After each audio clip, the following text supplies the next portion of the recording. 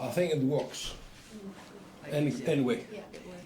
thank you for coming along. The idea was to come along and spend some time talking to people face to face and help you understand some of the big things in terms of publications and in terms of how you can become more successful.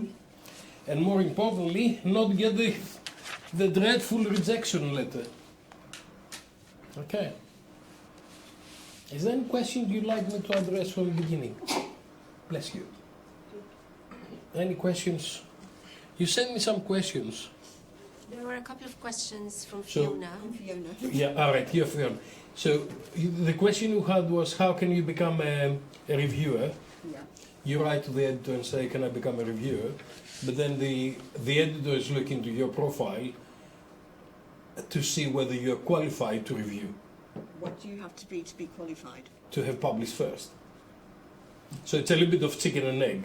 But quite often we just, we include reviewers that have not published. But you need, reviewers are supposed to be experts on the topic that they are reviewing. So there's a chicken and egg between you're an expert to evaluate other people's work if you haven't done any work yourself. Okay, so get one or two small papers. I've got an non-peer reviewed published. So get a couple of tiny papers published in quality, and then contact the editor, and just literally one line. Yeah. This is me. I would Yeah. like to help. I'm doing that. That's my area of expertise. I'm working on this and that. And I've got some. I like to volunteer as a reviewer. And I've done some editing and publishing. Yeah. Not in your field. Okay. Good. Wonderful. you, that's great. It's Thank not you. that difficult actually. It's we're all desperately looking for reviewers. I would be good, but I need to publish. I have a question too. How important? Very. I know, but how, like in a scale from 0 to 10, how important is to have like publications like 3 in journals, 3 stars for plus, Well, rather than 2 or something like for starting your research career, or in terms of business school, because this is important for Okay, business stop. schools, isn't it? Like, The question is, should they publish on 4-star or should they publish on 1? There are 2 strategies. People are telling me they would like to climb up the ladder. I start, I get accepted, I get da, and eventually I get published with the big boys. My approach is the opposite. Start on the top and cascade down. Hopefully with the things that we're going to talk about today, you're going to be successful on the top. If not on a 4-star, on a 3-star. Depending on the discipline, it's probably a little bit more difficult or less difficult. So, marketing finance, 4-star, really tough.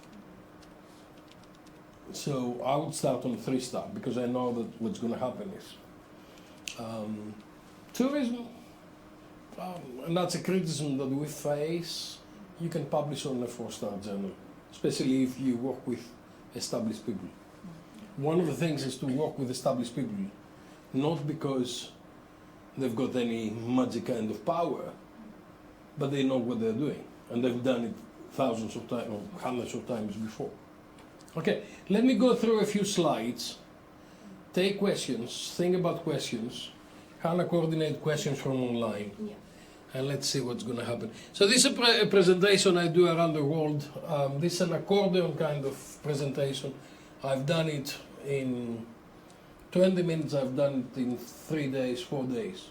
It's the same presentation, more or less, with a few more things. Sometimes if I do in different universities around the world and we've got a couple of days, I give them exercise, I ask them to bring papers that they've got already, drafts, I'm sorry. and then we are working together. So the promotional stuff, please buy the encyclopedia, okay, you know that, the books.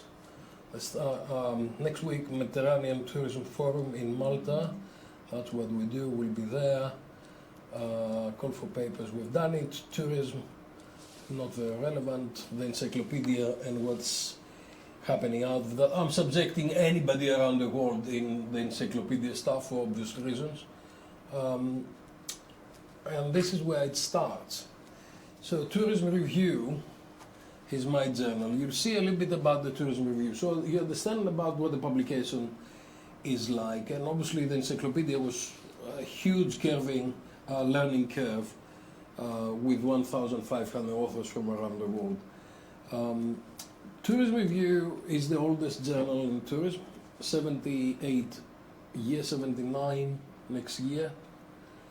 And we call it volume 79. Do not believe any of the Elsevier journals, because what the Elsevier journals are doing is they're calling each issue, they call it a volume now. So Tourist Management cross 100 volume 100, but in fact it's not volume 100. It's because they count every issue as a volume. I took over in 2016, end of 2016. So I got a call from Emerald saying, we would like you to take over this journal. I've never done that before. I said, are you sure? I have no idea how to do this. They said, we are very sure. If anybody can do it, it's you. And they came to see me, and I spent a very nice lunch with a nice lady who persuaded me to do this. This is the reason. All my life. So in terms of career, how important is to have entries published rather than the peer reviews? And the encyclopedia is gone, so don't worry about it. You cannot do anything about the encyclopedia. But I have there already. So It's it good. Like, It's it good. Like good in terms of It's looking for fantastic. jobs rather than have like peer reviewers. Peer review is more important. Peer review is more important, clearly.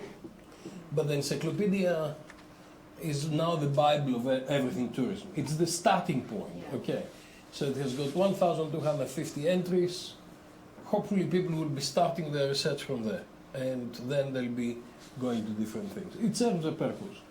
In terms of investment, you are investing 1,500 words on a very friendly editor who was quite tough but very friendly. And I almost guaranteed that everybody who submitted was published.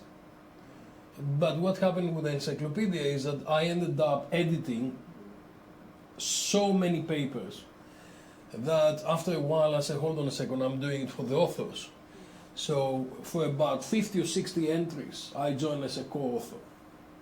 Someone came along and said, what you're doing is not good, it's unethical, wherever. Okay, I said, you're rejected. Simple, you're rejected. Your paper is not good enough. You either have got to make it good enough, you had 2 rounds of reviews, you haven't improved, it cannot be published, you're either in or out. If you like to be in, I spent about 18 hours a day for 2 years doing this. It was almost like, I remember my PhD days, it almost killed me. And I had forgotten how to leave, I couldn't get out of the house. And then I went to Hong Kong and a lot of things happened. But encyclopedia was right after my mother had died, so it was a little bit therapeutical for me to do this, but almost killed me. It was 18 hours a day, no weekends, no stops, no Christmas, nothing, just that. And confidentially, I know that this is recorded, I got my first check for £3,000. So I worked for 2 years, double shifts, 4 years, and I've been paid £4,000. Don't do this. But it's not for the money. I don't think you did it for that reason. I didn't, but it's crazy. Eh? It's a reference. It's a crazy thing. And it happened with COVID. If COVID was not here, this is probably one of the very, very few good things that COVID has done. If COVID was not here, I wouldn't be able to do this. So guys, if they like to see me, I'm here. I'm just floating around. You should have been here. Okay. Citations. This is something that we're going to come back later on, if you like. Because not only how you publish, but how you cited. Who is reading your research?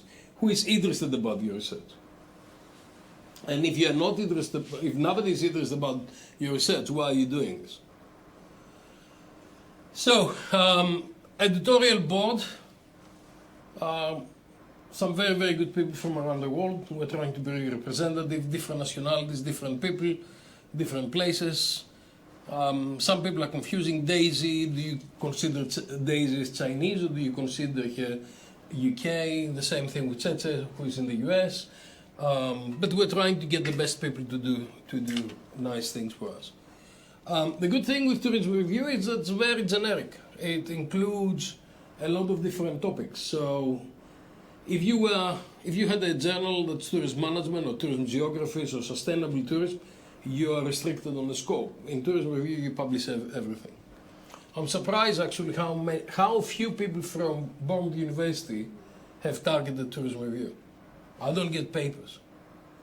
Okay, it is 1 star on the ABS system because the ranking is still based in 2016, and you'll see what has happened since 2016. But still, I'm very surprised. I've only published, in the 7 years I've been here, 2 papers, 3 papers.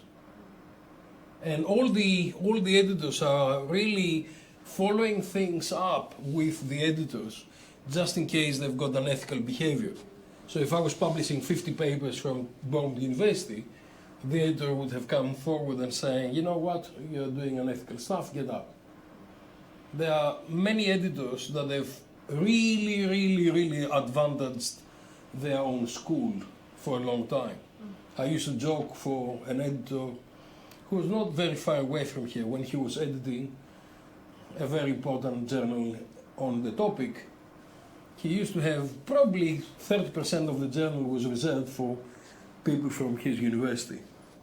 And this became much more when the previous ref was going on.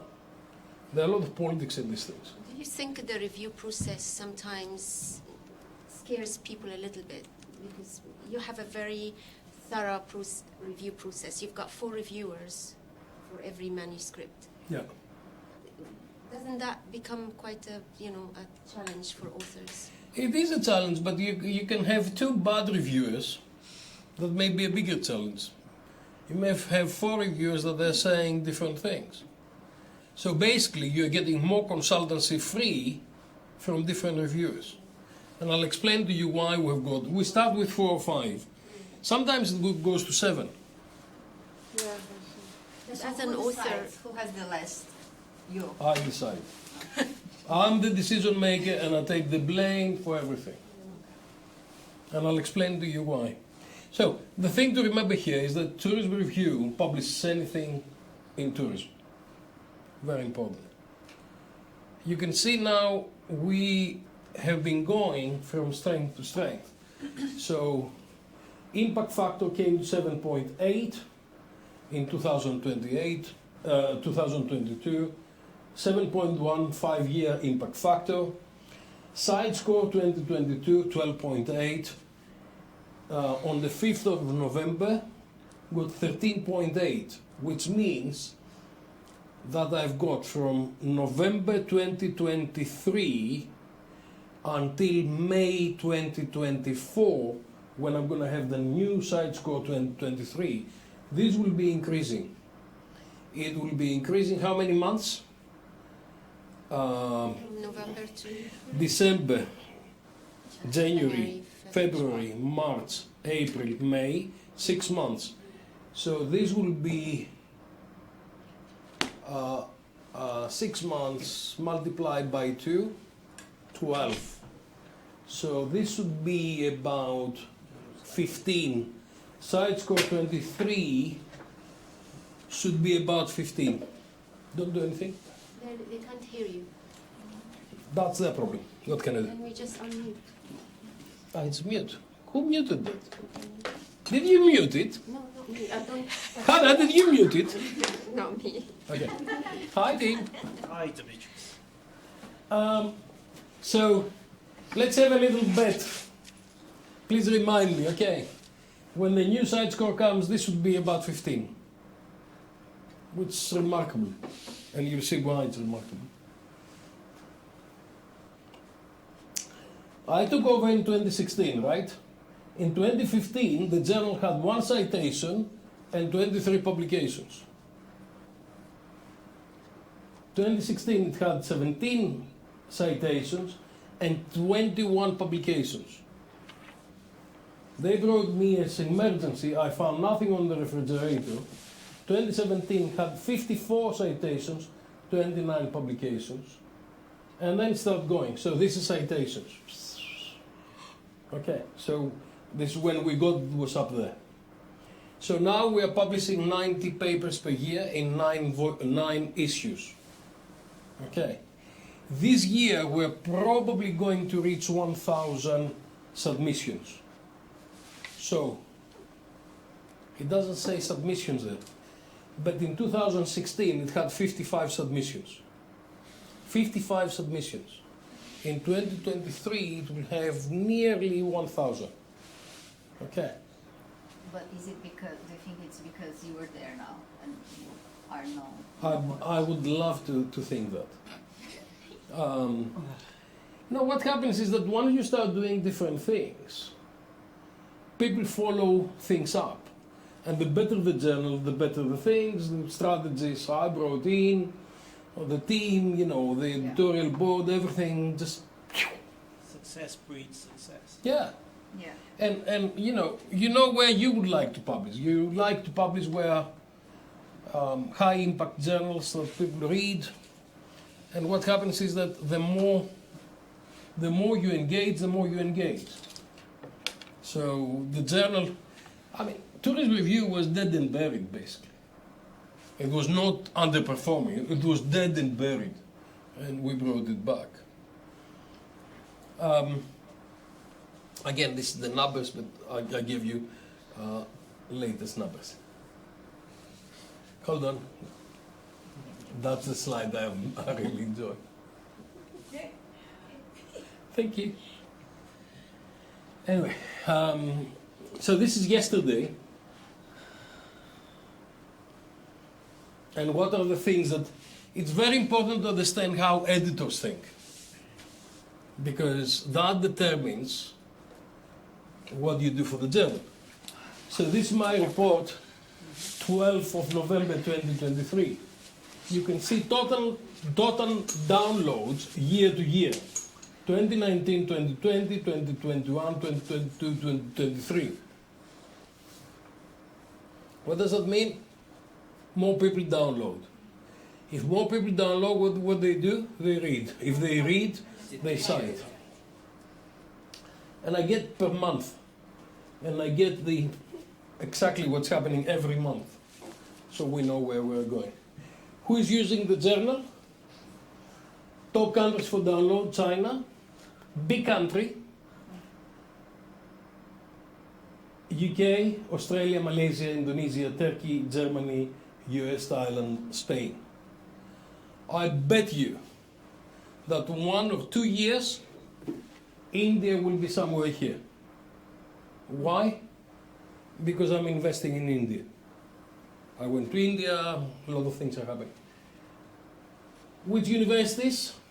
Hong Kong Poly U, University Technology Mara, that's in Malaysia, AICB, I don't know where it is, Griffith in Australia, Bournemouth, Surrey, Macau, University of Science, Universitas Tiscati, it's Indonesia, and Queensland in Australia.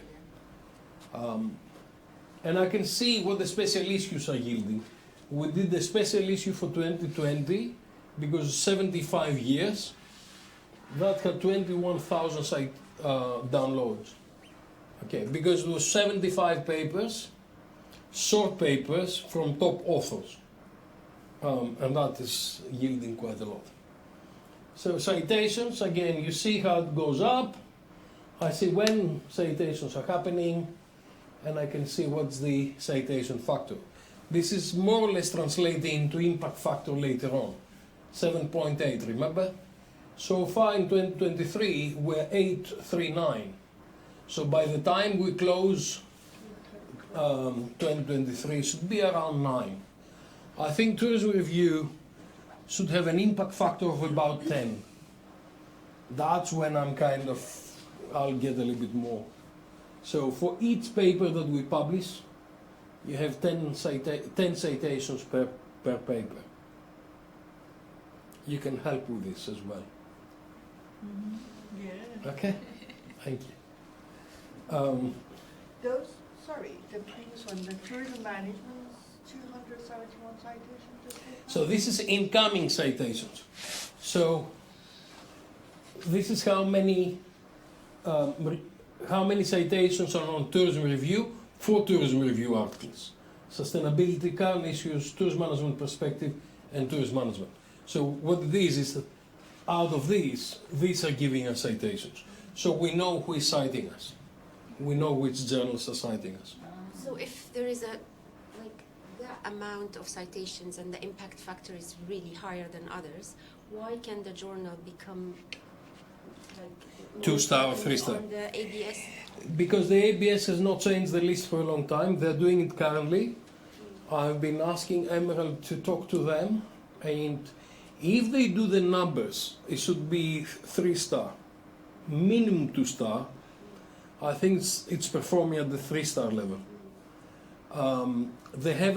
They did one just before the last ref. They just did a little bit of very, very light touch change on the ABS list, but the ABS list is still with numbers referring to 2016.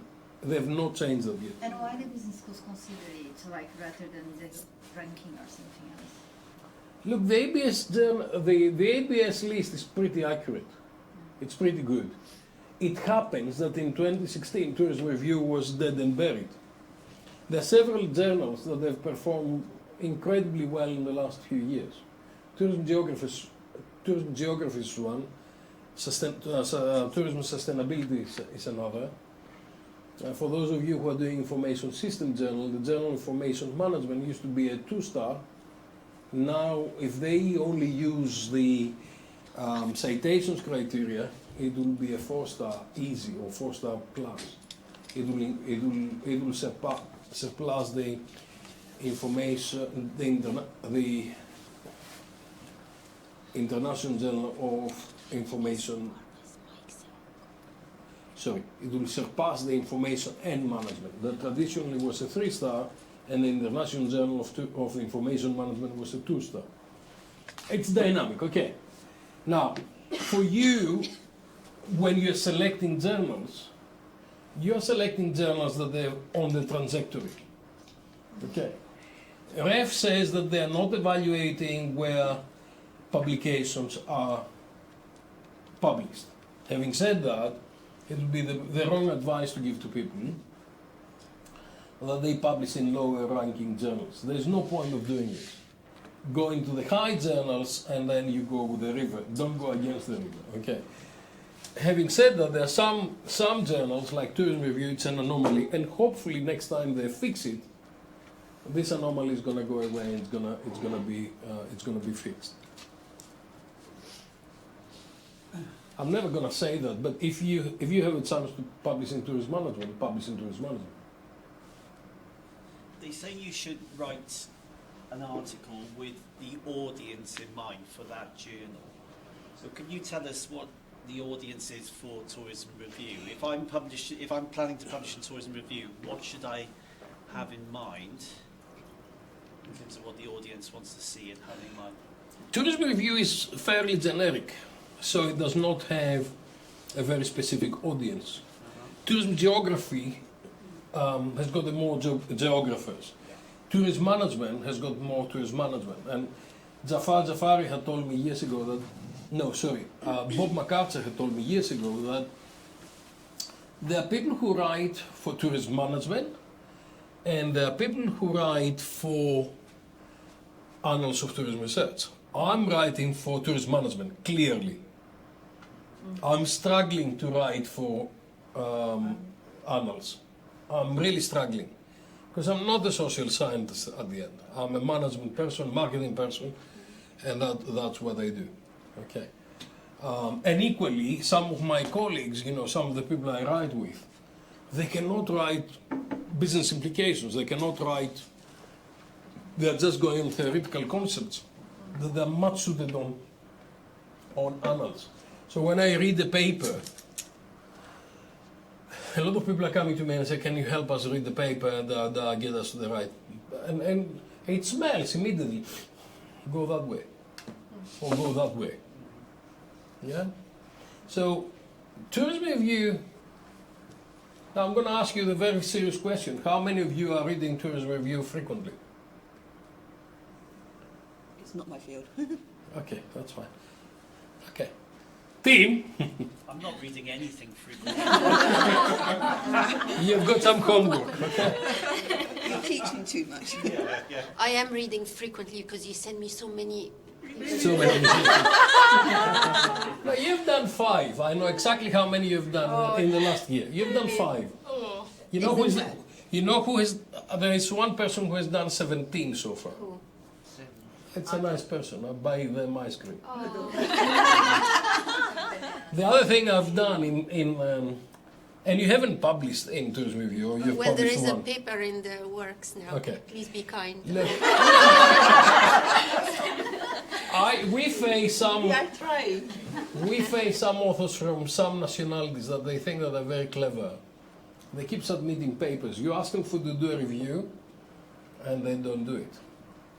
So I said blacklist. And now I've got a very nice blacklist. I've got yellow flags, red flags, all kind of things that are coming up. We want to be in They the. know about it? No, they don't need to. But we announce. People know it. Last time. We announce it. In the Chinese session, we announce very clearly that if you don't do reviews, don't expect to be published. Why do we do this? Because we are mean and difficult people. No.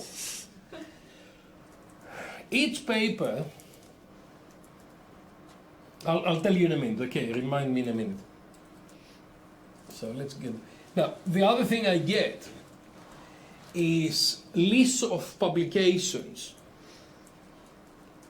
and how many downloads and how many citations they've got. So this is since 2005. The top publication by Eric Bird has got 22,000 downloads and 352 citations. Obviously the paper is in 2007. It has been there for a while, right? Meeting was like 2021. Now, this is the immediacy list, the top 20. So Metin Kozak wrote about COVID in 2021. It got 4.3 thousand downloads, 400 citations.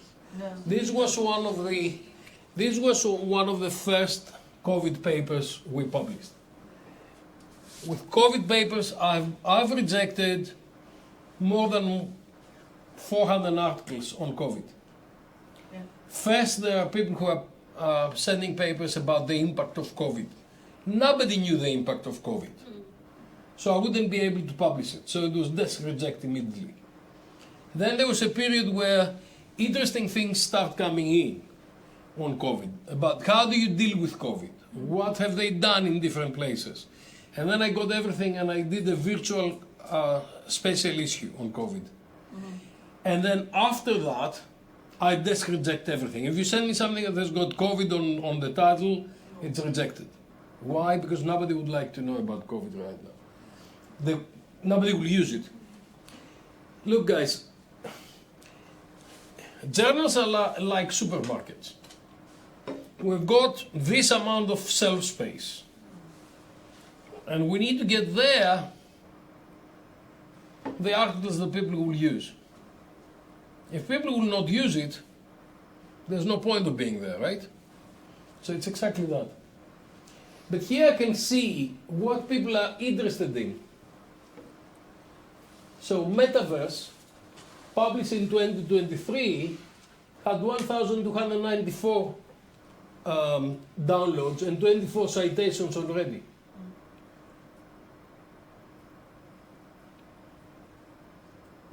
So we are looking into all of those things very, very carefully. This is the last 12 months. This paper here, ChatGPT for Tourism, 3,980 downloads. You can see this is going to go crazy. Do you know how long it took this paper to be reviewed? 8 days. Oh, It was accepted in 8 days. not you, wow. Why? Idea that is important. Why? Hot cake served hot. If you send me a paper on sustainability and Bournemouth, okay, Who cares? yeah, that was accepted in 8 days. Why? Because it went specific to specific reviewers and said, I want a review for this in 2 days. Can you do this, please?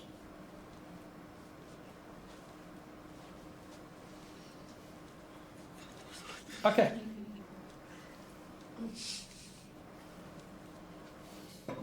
Do you know this person? I need to publish. Give me 3 papers, SSCI papers. I don't care which journal, I don't care what papers, nothing. I have to go. I have to publish for 3 papers. If I publish 3 papers, I get a PhD, I get my first job, I get my promotion. I've got to tell you that this becomes very, very serious now. The amount of unethical behavior we see is phenomenal. And the publishers are getting really, really... we're spending a lot of time playing police and stopping people from doing really unethical things. Like adding 3 authors on R2. They're asking for, the people contact and ask, do you have any paper I have to publish? Do they ask, I have to publish? Yeah, they ask, for example, do you have any paper at the moment? Because I need to Really? have a copy. Yeah, I received from some. Yeah. You get all kinds of things. There are people who are selling author places. They've got 6, 7 authors, and they sell author number 2, author number 3, different prices as well, right? But who writes these papers and how can you guarantee? They call we them get- paper mills. So there are people who are sitting down and are full-time writers of papers. Do they have the skill to get it published? Yeah. Really? In some cases, I've got to tell you, in some cases there are bad editors as well, but they make business. I know of a situation of someone who paid a significant amount of money to be added as an author on a journal paper, which immediately gave him a professorship. And the logic was, the increase I'm going to get from my position is going to pay off the money I paid. Editors are playing police increasingly everywhere. The good thing is that the publishers are developing very robust systems. The good thing is that the experienced editors, they pick up things very quickly. And now what's happening is I send it to the ethics guys in Emerald, and they're looking at it and they are surprised because I see things very quickly. You can understand patterns. The other thing is that the tourism hospitality editors currently, we're good friends with most of them. So there's an alert goes around saying, so and so, be careful. Someone published, a good friend published 3 papers from one person in one issue recently. And I said to him, look, you're publishing this person too much. And he says, how do you know? I said, I know. It's visible. And the other thing is that we are increasing the retractions. Hopefully, touch wood, Tourism Review didn't have to do any of these things, but there are retractions around. The worst thing can happen to you, right? For example, it means that it's not good to have a publication just in Tourism Review. For example, if I have a publication, 3 papers, in each year, as is now imposed, can I publish 2 of them in Tourism Review? You can do. But it's not good. It's not good, and I would not encourage this. Visibility. Yeah, because you really need to make sure. One thing is not to publish 3 papers in the same journal. The second thing is not to publish 3 papers in exactly the same topic. This is something that we call salami. One of the things I do now is before I press the final accept, I look into Google Scholar very carefully. What else has this person published this year? And if I see it's a very similar thing, and Tete, one of my associate editors, is super good on these things. He said, look at this. He just changed one construct, and they're publishing it. So what I do now, and maybe the paper may have been on review for months. We reject it. And we may reject on R4. You know, it doesn't matter now. If I see the same team publishing exactly or more or less the same thing, so I had a situation recently where someone approached me to write something on cybersecurity and tourism. And this person has been working with the journal Tourism Review for a long time. By the way, I don't publish in Tourism Review, as you have seen, because it's unethical for the editor to publish in their own journal, I think. I publish only, in the last 4 or 5 years, I've published a couple of editorials, and I've published a paper on the 75 years, because I got really, really jealous when everybody else was publishing. And actually, I disadvantaged Tourism Review, because someone with my level of citations would have helped Tourism Review going in the further, but this is what happened. So this person says, would you help me publish this paper? I look at the paper. It was not bad. I invited 2 of my friends to have a look. One is a technology person who is here actually, who is doing cyber security. He was not available, so we didn't. And then I asked someone who is risk manager, Alex, to look into this. And Alex was not impressed. But Alex is quite strict. Okay, so I read it, I worked with that, I edited, we submitted to a top journal. 4 days later, I'm invited to review a paper in a very similar topic. I sent that to my co-author and said, look, other people are working on this as well. And he said, no, don't worry, it's only you and me. What do you mean? He had submitted somewhere else, a very similar thing. In his mind was very different, in mine was not. In fact, he had submitted 3 papers. So, it was and of course anything that's in technology is going to come to my desk, right? So I said, look, what I'm going to do is I'm going to withdraw the paper that I'm involved, keep yours, do whatever you like. This is unethical behavior. And I also talked to one of his senior colleagues and saying, I'm not sure if he's a crook or if he's not that young, but he's junior as a researcher. So I got one of the professors in his university, who is a friend, to go and talk to him and say, don't do this. So what people see is success. They don't see all this hard work that goes on the background. And I have to say, that's not easy. I get rejected all the time. People laugh when I tell them that, but I get rejected all the time. I get angry as well. But I've learned not to go back to the editor and swear. What do we look for? The bright ideas. The new things. Because everything else is dead, right? So, most of the journals, they'll be looking for theory. And they'll be looking for something that has got universal truth.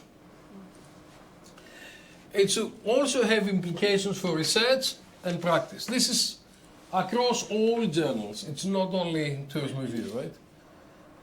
The paper should start with a literature review and focus on theoretical contribution, theoretical models, then needs to identify a gap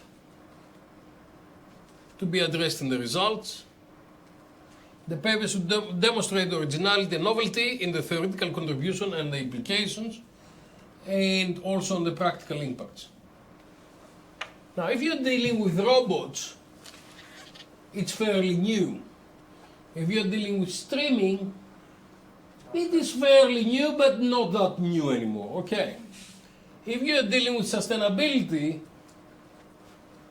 I'm really struggling to see what is new on sustainability. I'm really struggling. Yeah? So some topics are better than others. In technology, we normally don't have a big problem to have innovation. The problem we've got is the theoretical contribution. Where is the theoretical contribution? Okay.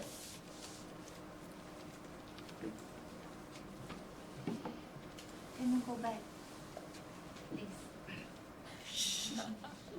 This is an important slide. Good. Thank you. Can you open a window? It's always, is that me? It's very Heat hot. is very strong. Just open it. Let's get some fresh air. Because yeah, I don't want to just tell them. The heater is on. Press the button. If you're coming from Saudi, this is This is so hot for me. this is okay. So it's all about hitting the target. Now, before anybody asks me, is it okay to use ChatGPT and stuff like that? One of the reasons where we see immediately whether something is from ChatGPT or not is because you see, hello, is because you see that they are not hitting the target. They write something about this, then they write something about that, then it's all over the place. So it needs to be, in tourism review, you only have 6,000 words. You don't have more than that. If you send me 8,000 words, what's going to happen? Reject? Yeah. Someone who's arguing, I've only written 16,000 words and they're super good and you must publish it. I cannot. Hello? Yeah. If the content interesting for you, even he write maybe 8,000 or more, did you asking them to maybe make it concise? Or?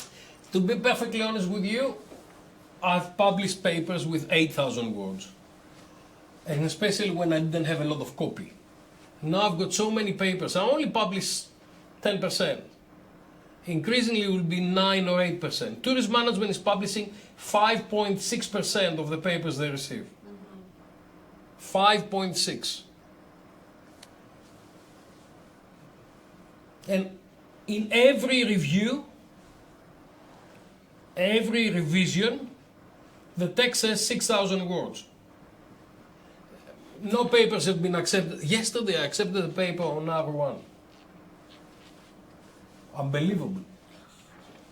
I have one question. As you said, they are asking for 6,000, but many times those reviews are asking to add. You have to argue. You have to add, and it will expand it. You cannot keep it 6,000 there. You have to argue with the reviewer. It's 6,000 is quite tough if you're doing qualitative.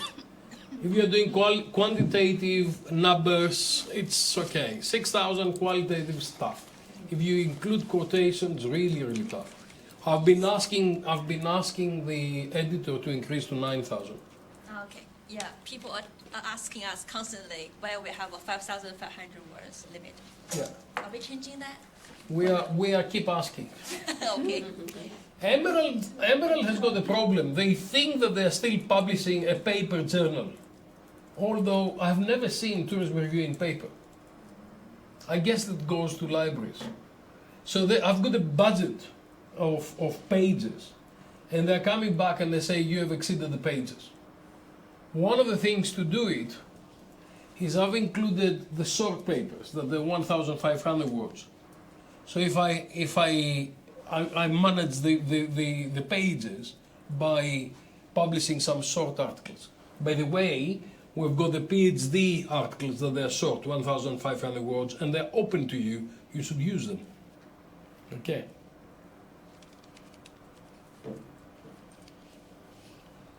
Critical questions. Read them. Have I really something new to say? Or I'm saying the same things over and over and over again. What is the new knowledge and contribution to theory? Why is this paper significant and to whom? Who is interested to know? Who should read this paper? What is the original contribution of the paper? Does the work add enough to existing knowledge? Why someone will recommend this paper to the students? Do you recommend tourism review papers to your students?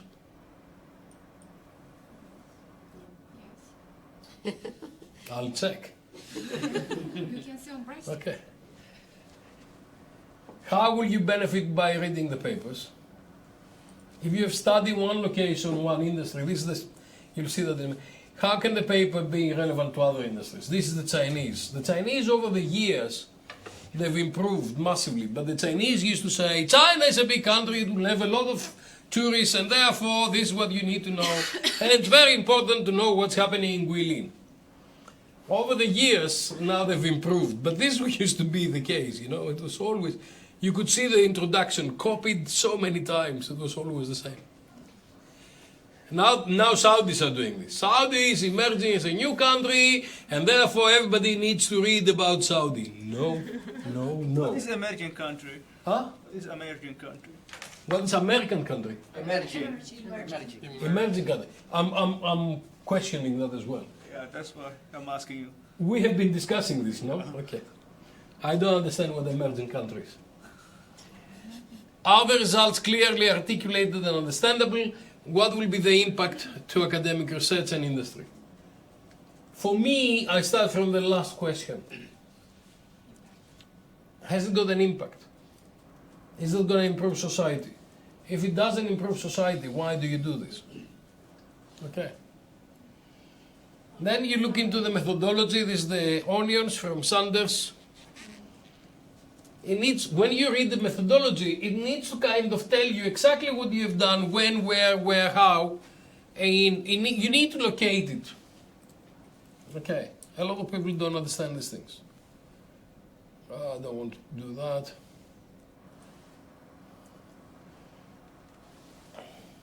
Would you publish this paper? Cultural and religious tourism in Romiri, Greece. Authentic experience and heritage contribution towards emotional connections with the historic heritage. Would you publish this or not? No, Why not? it's too specific. It's Greece. It's Greece. What's the problem with Greece? Security. It's the whole world, and I may not be in Greece. Cannot be replayed. Too narrow focused. Is it a fake paper or a fact paper?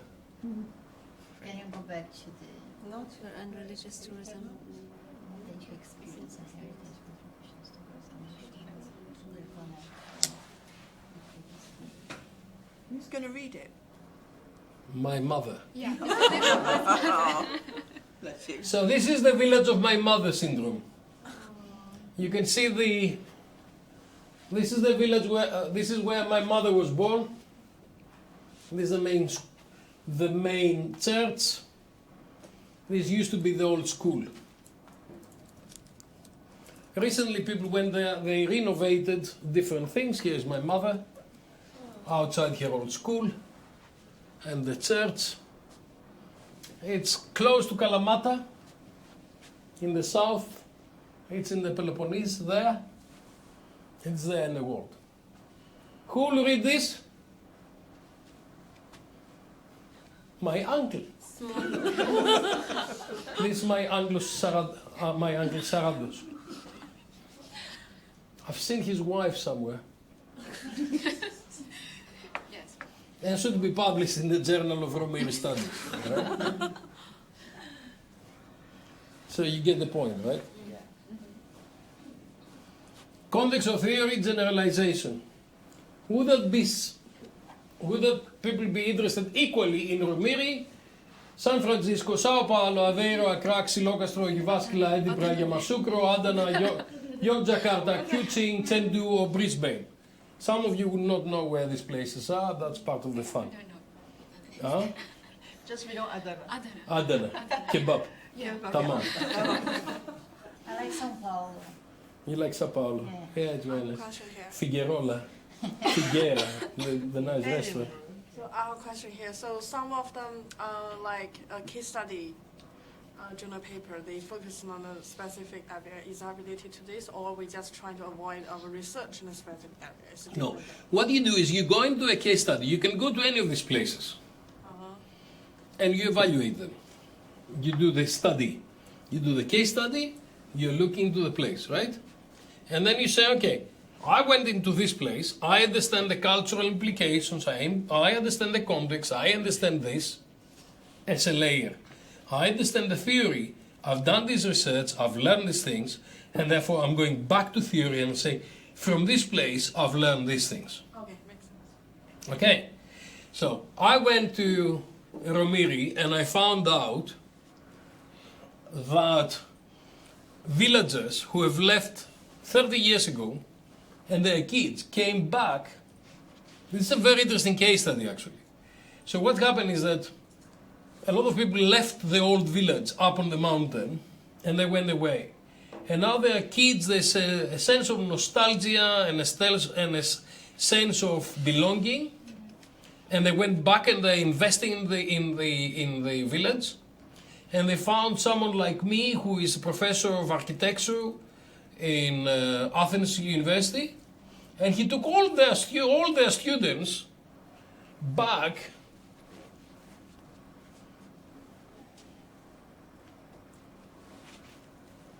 So this is obviously, they've just finished this, that's why we went. So he took all the architecture students to rebuild the old school, looking into the old ways that they were doing it. So now it's becoming a cultural heritage kind of thing, and they're trying to renovate what was 50, 60, 70 years ago. That can be a case study. But it's not about Romiri, it's about the restoration and the nostalgia and the social implications and the planning and the development and volunteering or whatever. It happened on that case study in this context, but it's not about the place.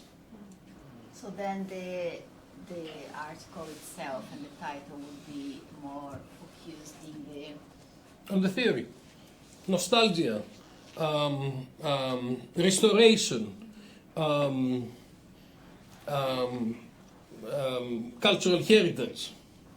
But then the data collection is limited to that location. Yeah, but you can then create the methodology of how you do it, and then you say, I went to another village in Brazil, another village in China, another village in Indonesia, and what I've learned from Greece, I can go and use it there and bring the Indonesian guys together to go back in the village and see how the new generation can learn from the old guys, the sociology, anthropology, all of those nice things. So what we're trying to do, we're trying to get the golden egg. To get the golden egg, you need to read the journal. You need to know the latest papers that are published in the journal. You need to discuss papers published. Are you paying attention? Yes, of course. I'm listening to you. It's like all the students.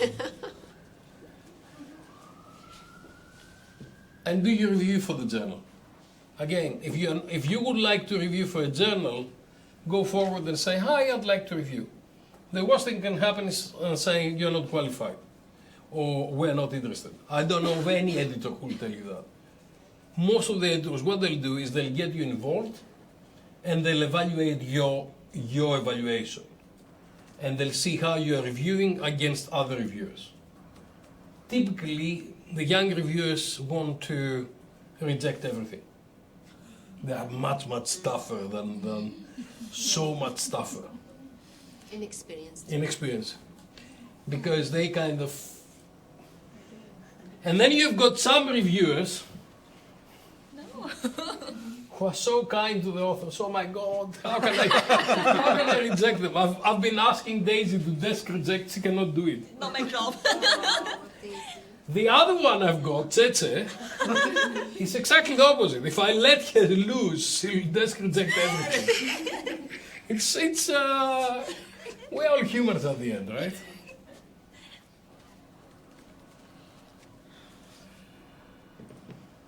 It's exactly that. It's not easy, guys. And there's so much happening right now for people who are desperately trying to do a quick one. And of course, that's why we reject, right? So, let's go through the process.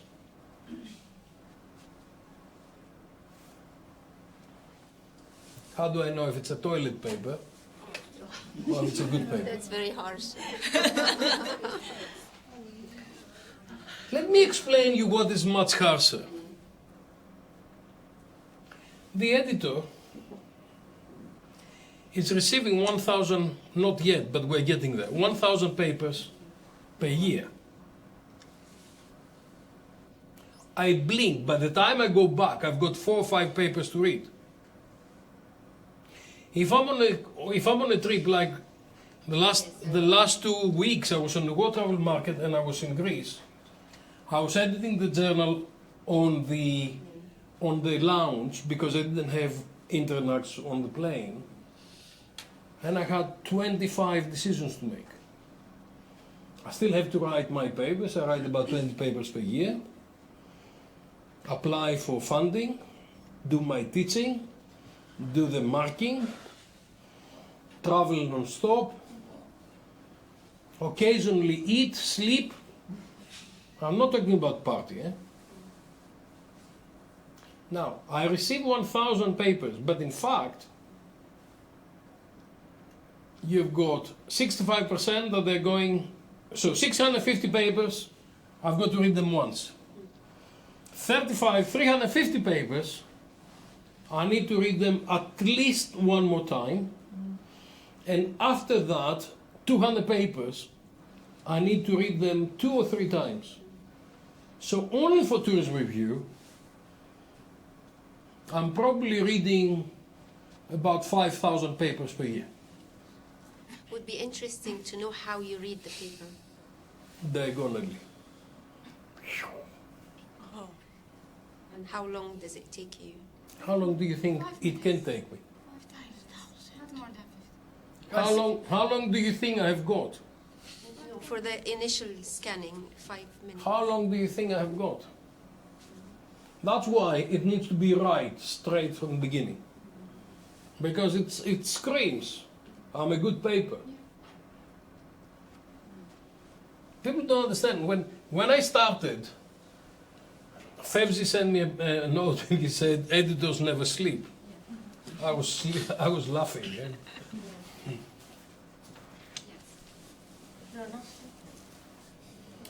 Yesterday, I cleared the papers. What day was it? I arrived Monday night. I cleared the papers on Sunday night. Yesterday I had 11 plus 4 plus 3, almost 20 papers to read. Yesterday. And yesterday, Sunday night, I arrived 11 o'clock at night at Heathrow, and 5:30 on Monday morning, I had the webinar. Tough day. I was supposed to drive yesterday down, but I couldn't. I was thinking how you can speak there. Even when I see his face, I see. You put the comments on the computer. Huh? You contribute very well. Vodka. Okay, universal truth, we've talked about it. Toilet paper, we talked about it. The confidential story. It's not confidential, but you really need to understand how it happens, right? How do we select referees? Increasingly, keywords. Increasingly, I'm using keywords to see who has written about something. So if you send a paper on Metaverse, I'm looking into who has published on Metaverse.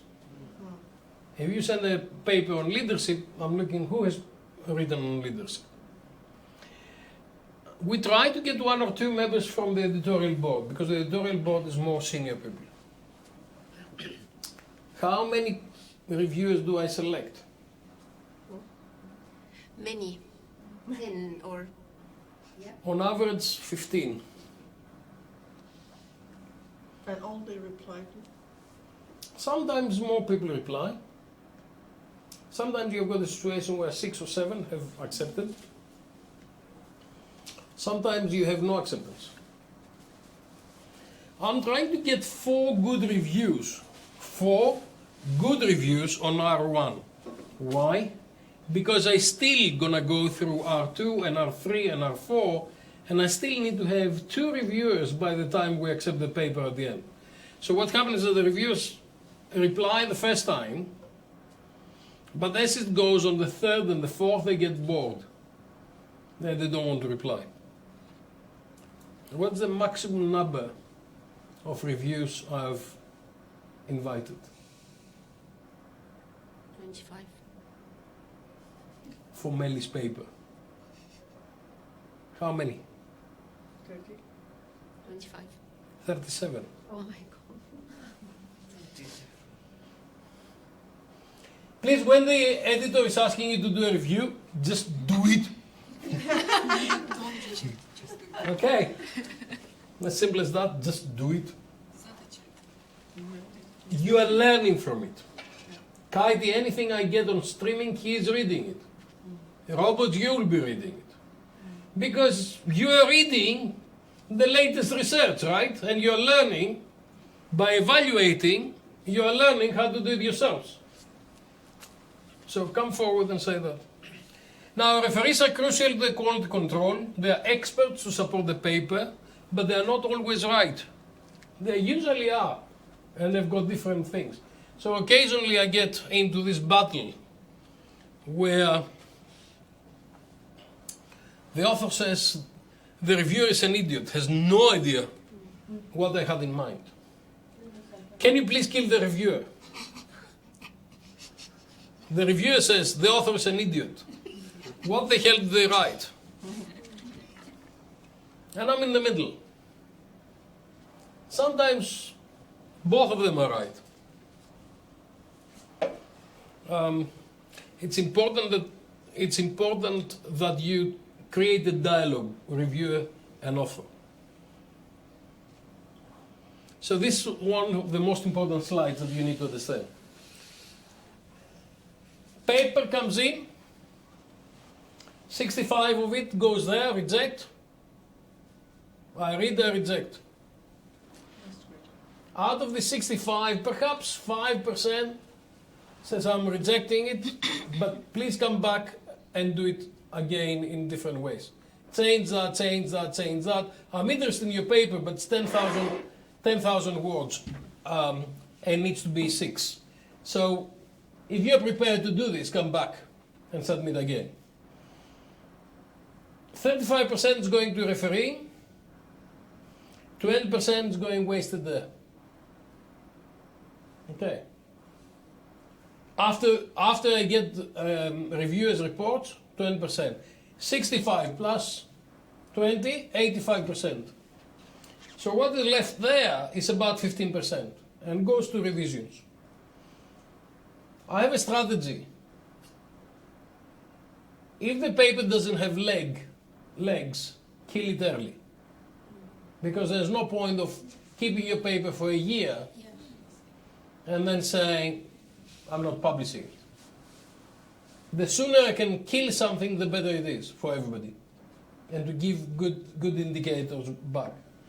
So what's happening then is that this 15% is going around and around and around. And that can be, I think the maximum I had was 8 revisions. Because there was one very stubborn author that on review 7 I said, look, you have exhausted me. If you don't do it, you're dead.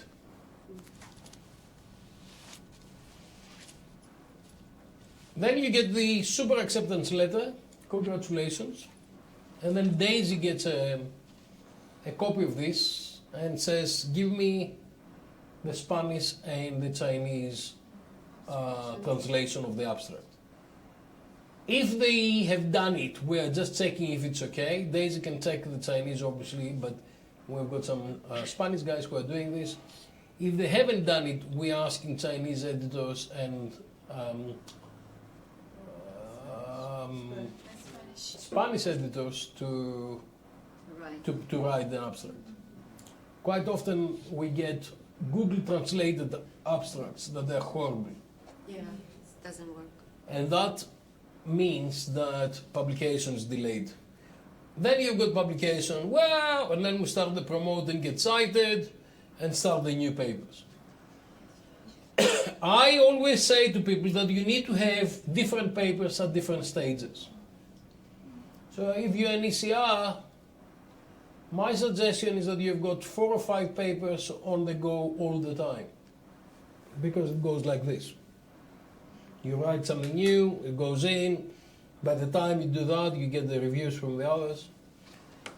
I also suggest that you work with teams of people that are nice, honest, and straightforward, and that you work together. It's very important that they've got ethical behavior. It's very important that everybody who is on the paper contributes. It's very important that that you trust and they trust you. Be patient with the editor. He has to teach, research, write papers, administration, manage departments, mentor students, supervise PhDs, travel, deliver keynotes, eat, sleep, and sometimes party. So you know when I'm in a bad mood or someone says, can you please fill another stupid form with all the Bournemouth University's forms, start with the same thing. Can you tell your name, your surname, where you live, email, and all the rest of it. You are wasting my time, and my time is not. And you can see what's happening. This is the screen I see. 2 waiting for check-in, 1 waiting for reviewer selection, 4 waiting for invitation, 2 waiting for assignment, 1 overdue reviewer scores, 5 waiting for editor-in-chief decision. This will be my morning, one of the first things I see in the morning. So I've got 2 decisions, 5, 7, probably 8. I'll probably make a decision here, and a few more actions. Hopefully we will be in a good mood. It's so important. My mood does not impact that, because I understand how important it is. Having said that, when I see a paper that is that, and the other, and that, and the other, it's kind of... But you learn to be quick, and you learn to be very, very focused. Because if you are not focused, it goes forever.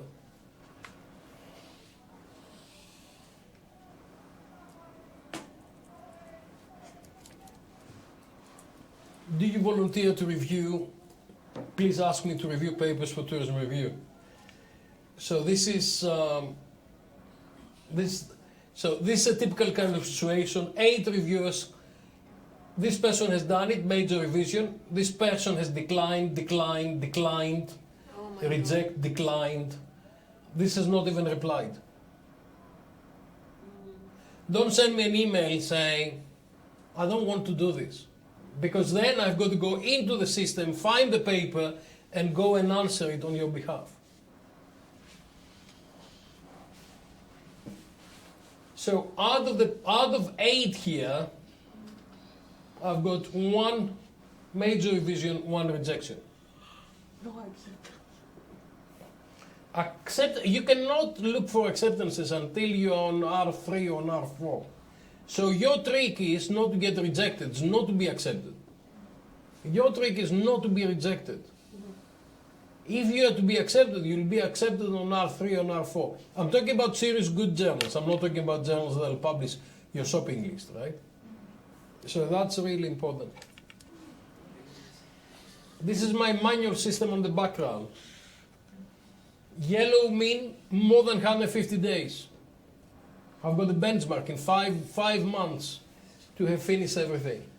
Now this is a few years back, but if you see the current one, you'll see that 2024 is almost complete. I've got 6 more articles and then I'm closing 2024. So anybody who submits now, the paper is going to go in an issue in 2025. Okay. But it can accept during the 6 months, let's publish on that time. So what happens is that within 5 months, the paper needs to be final decision, halas. So what happens then is that if it's accepted, then it goes to what we call early sight. The paper is online, but it's waiting to be assigned on an issue, because I've got the specific things. Other journals do not have this. Could you say that again? What does that mean? It's on something and then it gets assigned. So it's getting it's getting published online. Yeah. On something that's called early sight. That is the website of the publisher, basically, and say this is an accepted paper. It's all typeset and everything else. Then I need to get it on an issue. So this was 76.5. So what I do, which very few journals do, is that every single issue is themed. It's like a special issue. So this was about COVID, this was about sustainability, this was about smart, this was about consumers. Not most of journals do not do that. I do this because if you do that, you bundle research together, so everybody gets cited much more. Because the next paper is relevant, and the next paper is relevant. So that's why I've been doing that since very early. One of my potential targets says exactly what you said, so I wondered how it worked. To do what? It goes online, they hold it, and it gets published later on. So most of the universities will accept the DOI number. Yeah. The DOI number is the unique number of the article that's going to be permanent. And they understand that there'll be a waiting list for articles to be assigned into issues. I've cleared most of my backlog in 2022 and 2023 because we've got more papers. The backlog is going up, so almost 2024 is complete. I'm doing a special issue with invited papers in 2025, which also will be reducing the availability of normal papers in 2025. So they're all kind of, but you don't need to care about this because if a paper is good, it's coming back. 12% of the papers get published. Increasingly, I think it's getting about 8%. 88 to about 9% of the papers get rejected. So your purpose is not to get rejected rather than to get accepted. You can do it. The papers that get rejected, we always say to people why they get rejected. If you fix this, then the papers are getting accepted. What makes a good review? It needs to be insightful and make a contribution and help people. This is also a typical situation. You've got one reject, one minor revision, and one accept. What do you do? Second one. You send it to someone else. No. You ask them to satisfy this. And actually, if this is a senior reviewer who is much more expert, you may reject the paper based on this. Having said that, I've got 3 reviewers that I know that they'll reject the paper no matter what. So if I want to reject the paper, I send it to them. It's easy. But why 4 reviewers? I mean, this can be really discouraging. You're about to say ridiculous, but it's not ridiculous. And what is not, sometimes 6 reviewers. So this is R1, right? Can you see R1 here? Yeah. So that means that this is a second attempt of the author. The first time, they probably had 4 of them here. I lost one already. Now, when I send that again, this person is probably not going to review again. Second time, yeah. So I need, by the final R here, which can be as far as R7, to have 2 acceptances here. But they start to, like when you send the first round of reviews, you send 4 different reviews, right? I send to 15 reviewers. Yeah, but when you send I to get within 32 days, because I also want to make sure that I'm sending a review back within 32 days. That's my average. Right. Not 45 days, not 73 days, 32. So I make a decision depending on how many reviewers I've got here, and I try to do more than 4. More than 4 is not a bad number, because you may have 2 really tough reviewers here and 2 easier reviewers here. While if you had 2, you may have 2 tough reviewers there and you are dead and out. So it's not a bad thing to have more reviewers. It's a little bit more work, but it's not a bad thing. Do the reviewers know who the authors are? No. Is that the same for every single journal? It's totally anonymous. The only person who knows is me or an associate editor if it goes to an associate editor. What about the smaller journals? Do they also blank out the Yeah. authors? The only, I don't know about the pay for journals like sustainability and stuff like that. You can see who are the authors. Really? You can see who are the authors are. No. For another journal, not sustainability, they have Frontiers. Frontiers. They are asking to suggest some reviewer. Because at that time I know one of my students sent it there, and they are selecting those ones that you don't have any idea about, and you don't have any Yeah. paper, none of you with them. I mean, the whole And thing. then when it's published, they put the name of the reviewer on there too. The whole thing is supposed to be anonymous.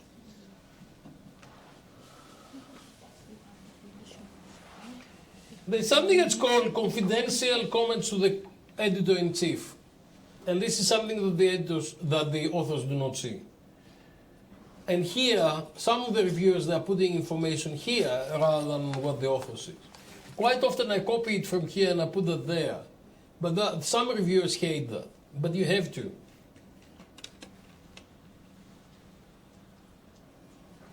So you get acceptance. It's unrealistic to wait for acceptance from the beginning. Major improvements, minor review improvements, resubmit and reject. Okay, these are the potential outcomes. And if you remember, you're going to this round and around and around, and you're working with the reviewers towards improving your papers.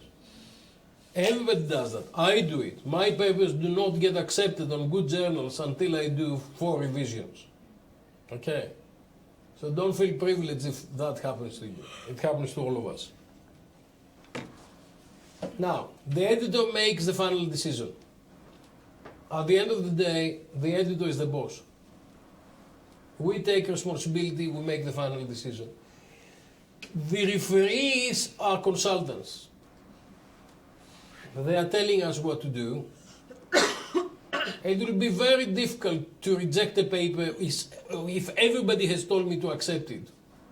It will be very difficult to accept a paper if everybody has told me to reject it.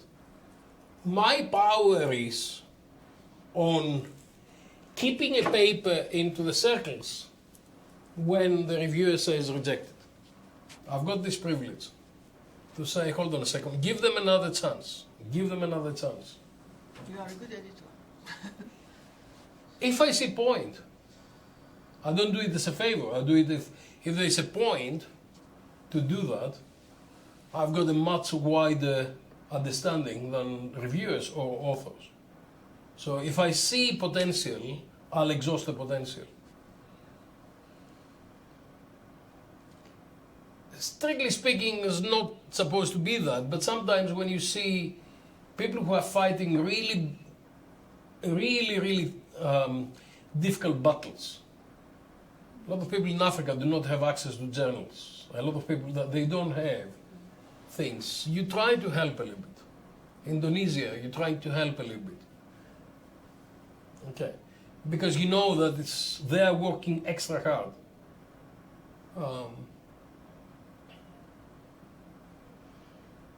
Make the editor's job as easy as possible. It's really important. If everything fails, the writer's tears is a fantastic whiskey. I always keep 2 bottles, just in case. It's very useful. Writer's tears. The writer's tears is the best. Yeah? Someone was asking me, are you still excited when you get the decision letter? You cannot imagine. Of course. You cannot imagine. And if it says reject, oh my God. I had a situation 2 years ago where a paper was rejected by the editor-in-chief after it had been accepted on R4 by the associate editor. That's painful. He made the editor painful. Huh? You made the editor painful. The editor paid for it. What happened? No, okay. Seniority helps in these things. I went back to the editor and I said, what's your problem? Let's discuss. And the editor said several things that they were, how can I say it?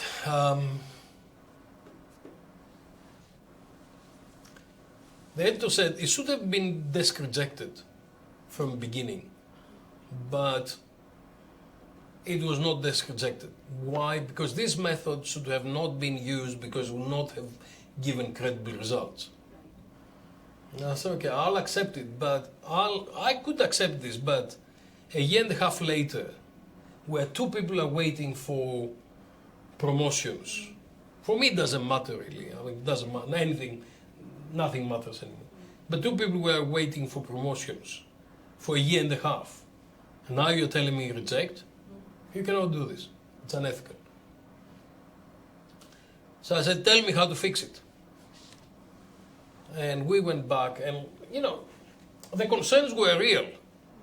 We went back and we had to have a few disclaimers on the limitations because this person said, if you say this, you cannot say this. Okay. We are not going to say this if we say this. So we fixed the paper, and the paper was accepted. Okay. Very well cited afterwards. And it's a joke with the editor every time. I say, yeah, you didn't like my paper. Eh? But quite often it happens. And you need the editor to be clever. Some editors are very strict with methodology. Some editors, we all have. I'm very strict with the impact. Has it got anything to do? I get a lot of papers that they are. I got this data. It's a very Asian thing. I got this paper, this data. I'll analyze it, and here is some statistically significant relationships that you need to say. What does it say? Oh, but it's significant. It's a very Asian kind of thing, very quantitative too. You reject. But the case is that you are right. Sometimes after we had the same situations. After 2-round revision, the 3rd time they reject after 1.5 years. Then they said the reviewer we couldn't convince the reviewer. And each time the reviewer asking something else, not the ones that we did, to say, oh, that's good, you continue. They find something else to ask and complain about. Yeah. I mean, a lot of and they rejected after 1.5 years. A lot of people don't realize that people are waiting for PhDs. In some schools, unless you've got 3 publications, you don't get out. People are waiting for their first jobs. People are waiting for promotions. People are waiting for different things. If you're to reject fast. Give them an opportunity to go somewhere else. Okay.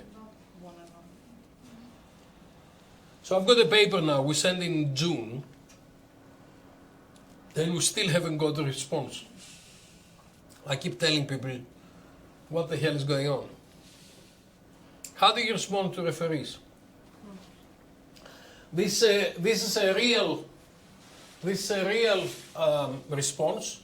You've got the table, reviewer 1, reviewer 2, reviewer 3. For each point, there's how many pages? 5, 10 pages. The best one is this one. It's a real response to the Journal of Product and Brand Management that my friend Cleopatra is editing. 32 pages of responses. More than the paper. The paper was 6,000 words and the responses were 14,000 words. Why? Because you copy and Once paste we did pages. They convince them very well. They copied only this. This is what the reviewer said. This is the response.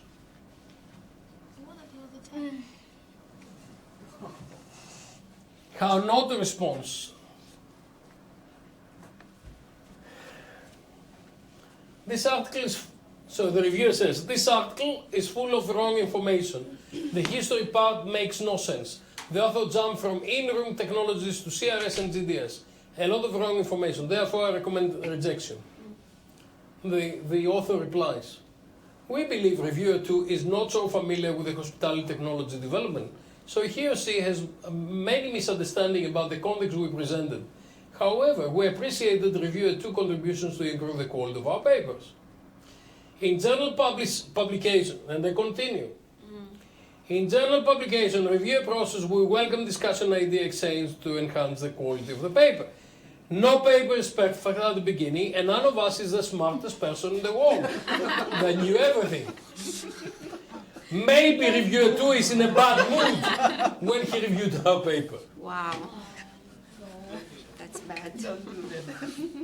Don't do this at home, okay? Funny.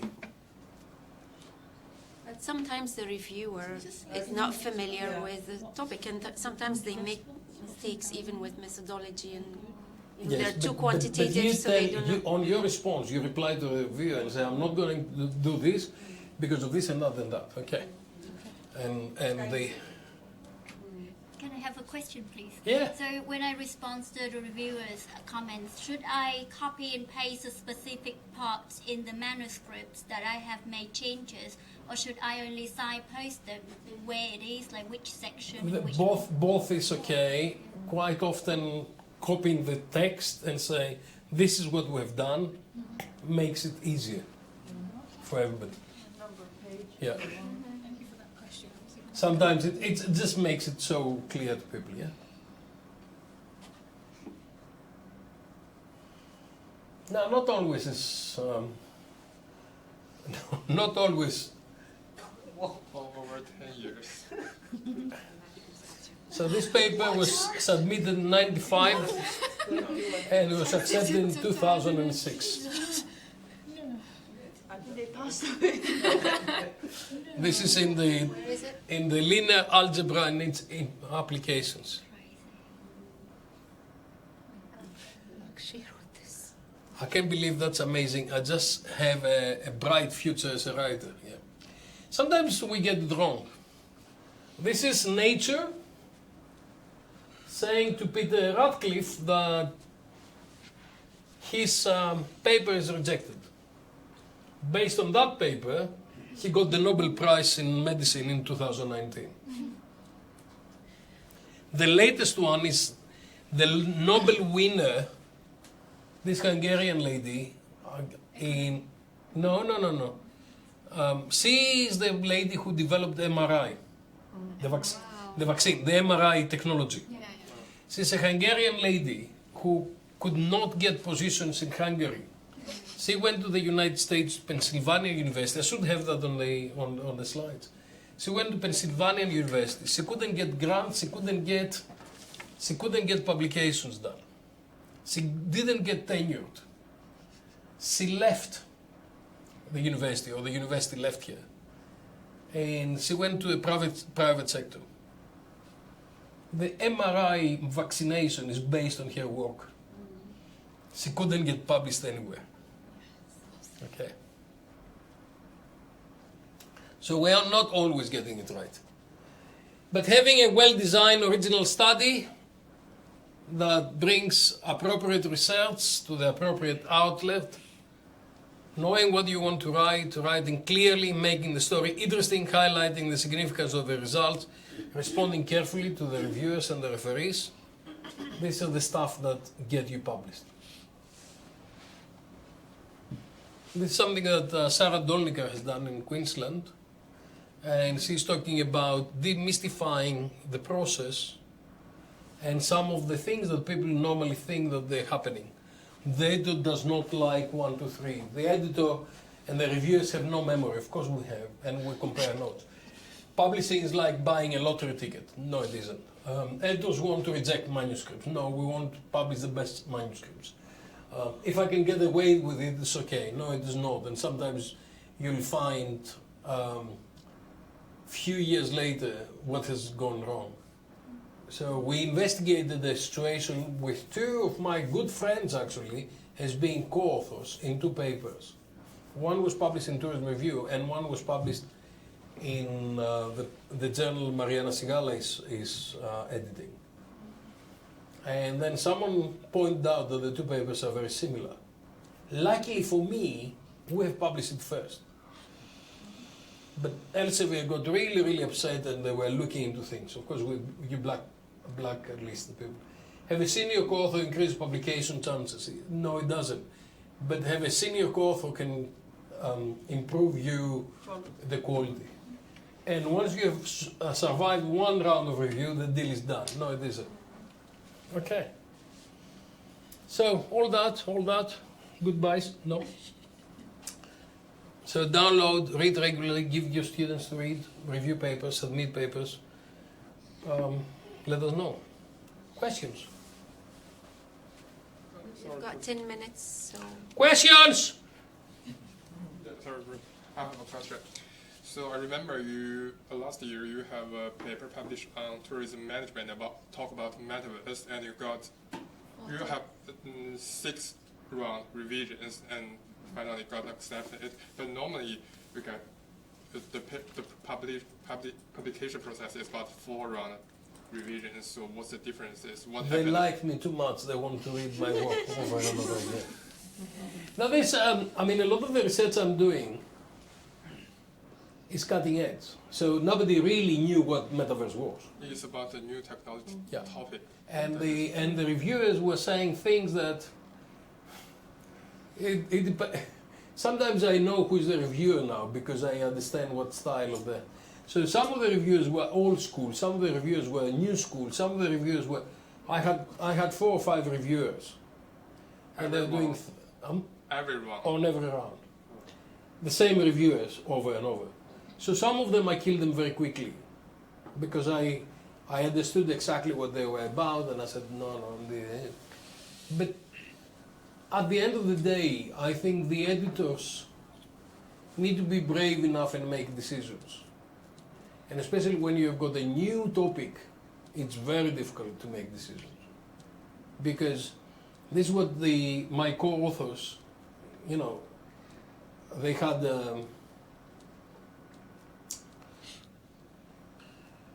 it was a cultural shock for them, because I was talking about things that did not exist.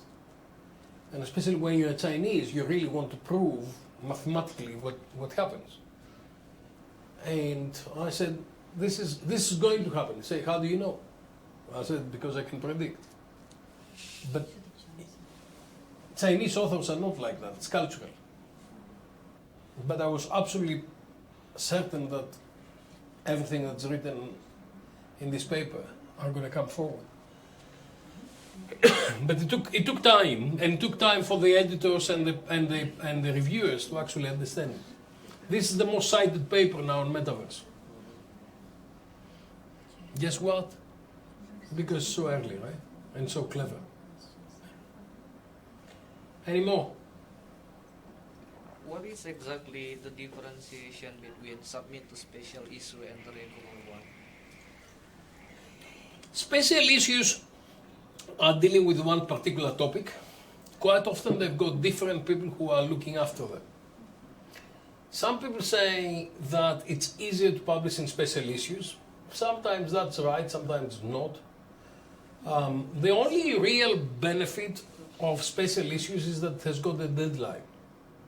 So we've been given the special issue editor a deadline. By that time you need to finish this, because all the papers need to go together, and normally they're slotted in one particular thing. But there are a lot of bad practice in special issues. So that's why you see in Tourism Review, I am very reluctant to do special issues now, because you give the responsibility to someone else to do it. I keep the responsibility on the final acceptance, on the decisions, but even that is something I don't want to risk.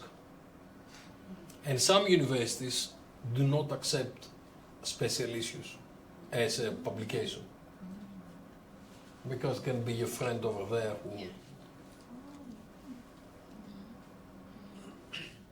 So sometimes we go to special issues, and the one I suggested that we get into is because it's robotics, and what's going to happen is that all the issue will be about robots. So you're part of that community. So in that case, it makes good sense to do it. Sometimes it doesn't. So it all depends.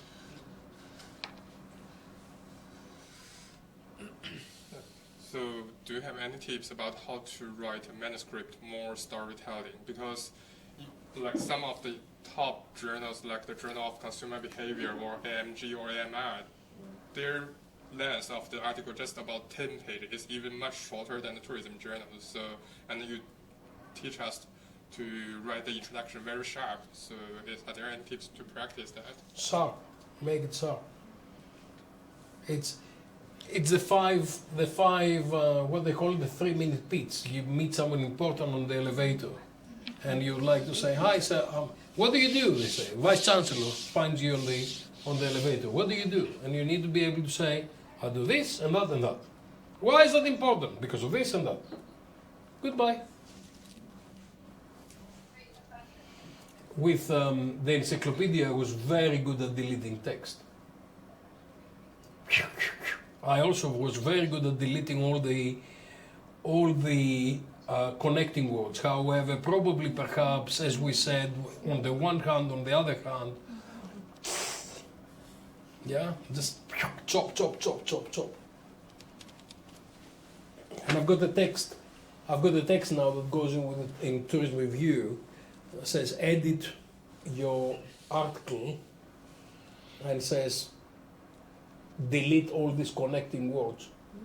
In 8,000 words, you can have 500 words of people who are over-connecting.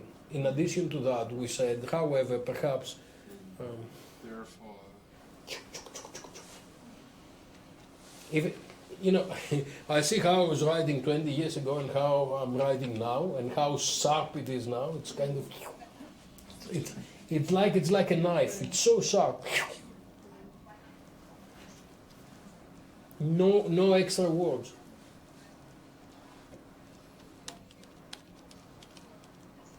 Any more questions? Did you find it useful? Very much. Yeah? In Good. the team, they're asking the people to have a slide. For a price. This is recorded, right? We can just share the recording. For a price. How do we get hold of the recording? How do we get the recording? For a price. Okay. That's why I joined the meeting, so I can get a recorder. That's the price. You join the meeting. I have- Okay. Any more questions? I have to say this has been really informative, and it's not Yeah. always that we get Dimitri's insights as an editor-in-chief. So thank you so much. Pleasure. We're so lucky. Thank you. Thank you It's very funny much. that this is the first time I've been asked to do this here. I've been doing, you know, in Oman, we had 5 weeks of 5 sessions of doing that. In China, I've done this in 2nd of November. many universities, but I remember one university, that was 3.5 hours of me presentation up there with 400 people, probably in Nankai or somewhere like that. I mean, we can have another session Yes, if you're willing. Yeah. Can we have another one, a follow-up? Yeah, absolutely. I think what will be useful is, first, there are a lot of, we can, number one. Number two is there are a lot of videos on my YouTube channel that talks about these things. It's more or less the same presentation, may have a little bit more or a bit less. I think what will be useful for you is when you have got good drafts. Yeah. Or if, you know, if you were coming here with drafts, I could have a look and destroy a draft very quickly. Or say, let's do that. I'll arrange with you for another I session kind of like this. workshopy, Yeah. where you say, I'm trying to publish in this journal, and this is what my draft is. And you know, normally you can see very quickly what's happening. I mean, on top of tourism review, obviously I'm reviewing about, I don't know, 2 papers per week minimum for other journals. So, yeah. I mean, we have time in March, in April, if you are interested. We'll look into that closer to the day. March, April, yeah, good. Might have something then. Yeah. Even in May. May, I mean, I should be traveling in May. Okay.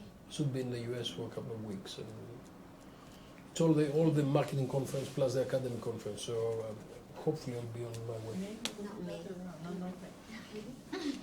But the important thing is to work smart. I know a lot of you are working really hard, but the important thing is to work smart. Target the journal. Find out what is your home journal. What is the journal where you make a contribution? Target it. Read the papers. See who you'd like to work with. Okay. And come forward with. I'm always happy to have a look in a paper. It's going to take me 5 minutes or so, and I'm going to tell you if this is going to fly or not. I may be wrong, but at least if you pass this. Okay. Thank you so much. Have fun. You like it? Perfect. You just switched. It's okay, I'm working. They want it. Yeah. It's the software. Let's make it a little bit more difficult. View.